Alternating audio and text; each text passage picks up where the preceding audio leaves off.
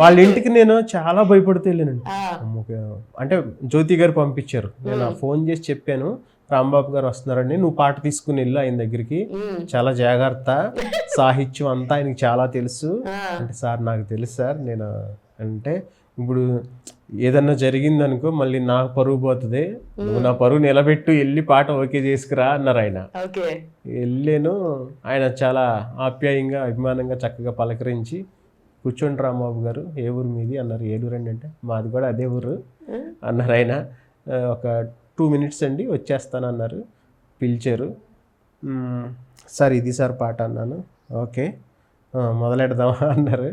ఆయన చక్కగా పాడుతూ ఉన్నారు. పాడుతూ ఉంటే నేను రాసిన పదాలు ఆయన వాయిస్లో, ఎందుకంటే ఆయన ఎక్కడో పుట్టి ఎక్కడో పెరిగి ఇలాంటి పాటలు చాలా పాడారు ఆయన సినిమాల్లో కూడా, మంచి ఎమోషనల్ పాటలన్నీ. ఆయన వాయిస్లో ఏంటంటే నాకు తెలియని వైబ్రేషన్ అనమాట.